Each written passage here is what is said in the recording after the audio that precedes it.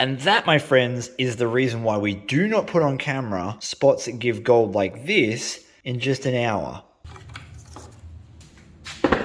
Right.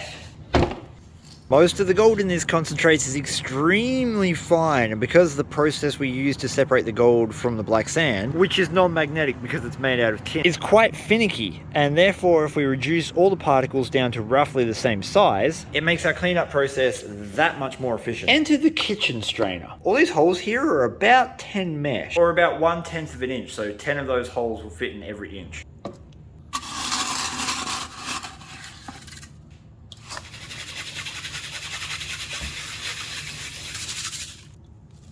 You can see if we're dealing with tiny gold, you really don't want these big ass rocks just hanging around, because they certainly are not made of gold and they take up a lot of room in the sluice box. We will of course check all of this stuff at the end for any nuggets.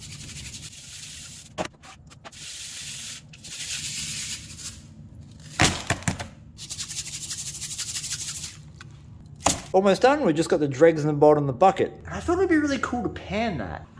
What's the saying? Don't call a day good until it's evening. Occasionally the gold will settle right to the bottom when you transport it home in the car, and that's where you end up seeing a bunch of gold. But we also might see nothing, because again, there's no guarantees in this game.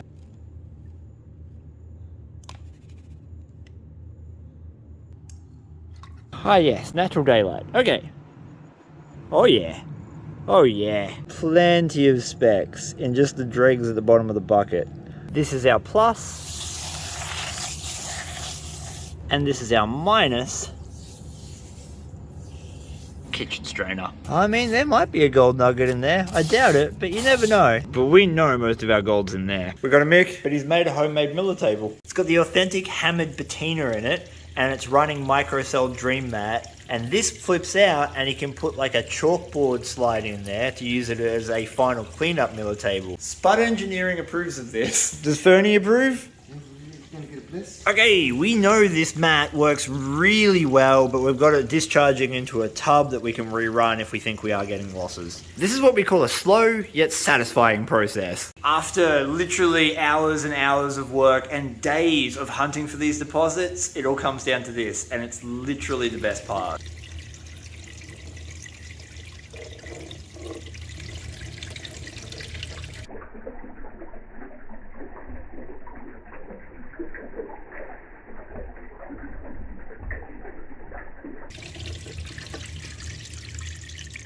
We forgot a key ingredient. When you're doing anything like this, you really need to have a surfactant in the water to make sure that it doesn't form any surface tension over your sluice mat. We got a run of bubbles down the center here that are in the cell pockets, and you can't pop them because there's no surfactant in the water. And that should help pop those bubbles.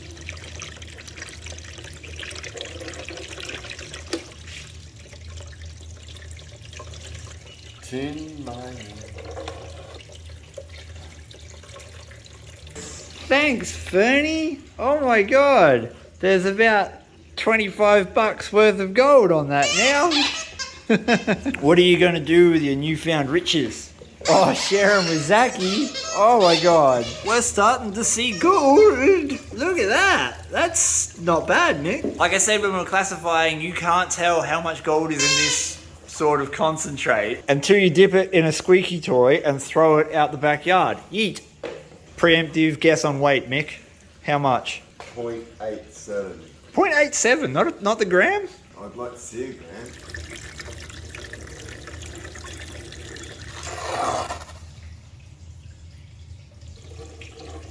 One day we're going to have to get a cleanup where we have nothing but gold in the top rows. That is a pretty sight. More of that, please. I mean, it's the end of the day and we've got lots of stuff to do, but we could go back to the creek and get more. The last of the Mary Poppins sugar going down old Betsy. You got to name this thing, Mick.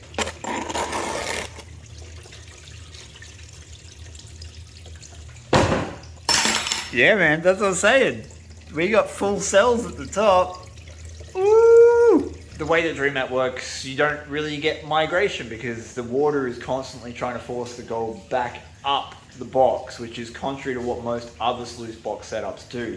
So we let this sit for a while and it helps clear out more of the black sand. And the advantage of that is kind of like being a kid on Christmas, because you slowly but surely get to see your gold unwrapped from the black sands. How good does his elbow taste? As I said, these are the spots we don't show you. And there's a reason we do it, because the last thing we want is our creek absolutely destroyed for gold. It doesn't leave you with much concentrates, barely a couple of tablespoons full, and this is going to be a very rough shake back with my left hand. Ah, that was terrible shake back, but not so terrible gold. That's pretty good. We haven't checked the Plus Kitchen strainer yet. I'm going to just hand pan these down.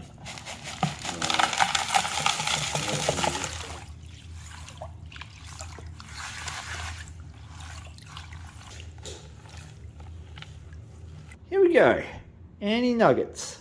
We've got a nice big bit of lead. Got a few bits of lead. No. No nuggets. No nuggets. No Any nuggets. shotties? Yeah, oh yeah. Now it's time to use my miller table to get it absolutely spotlessly clean.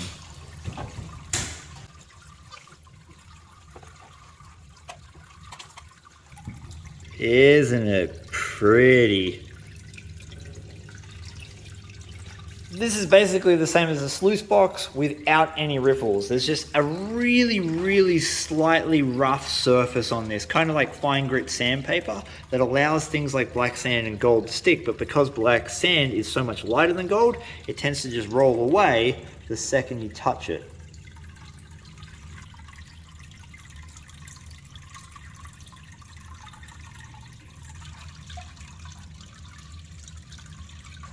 The thing about a miller table is you can get it to be completely clean, but only if you have a safety catch down the bottom, which I don't yet have. When gold gets on its own like this, it becomes incredibly hydrophobic, repels water, and then floats. Therefore, we wait until it gets down to almost clean, put the rest in a pan, and just finish it off quickly. It only takes a minute or two to do the last bit in a pan. Little golden trail. That's the best use for a library card I've ever seen. That's a bit. Without being overly pedantic, that is our gold all refined down. Not bad, not bad. I thought we were going to get a little bit more from the first 10 teaspoons that I saw, but yeah. That's gold. That's why you say you can't count your gold till it's in the pan. And whilst it took us a couple of days to locate the spot, it only took us an hour to dig that out of the ground. And that's pretty good going. Here we go. Get your guesses in. No cheating. Do it before the gold hits the scales. Oh, I almost got that. 0.618. Nice. Yeah. That is worth $51.40 Australian at the time of recording. Until next time, please give your dog a big scratch behind the ears for me. Peace! And I'm out.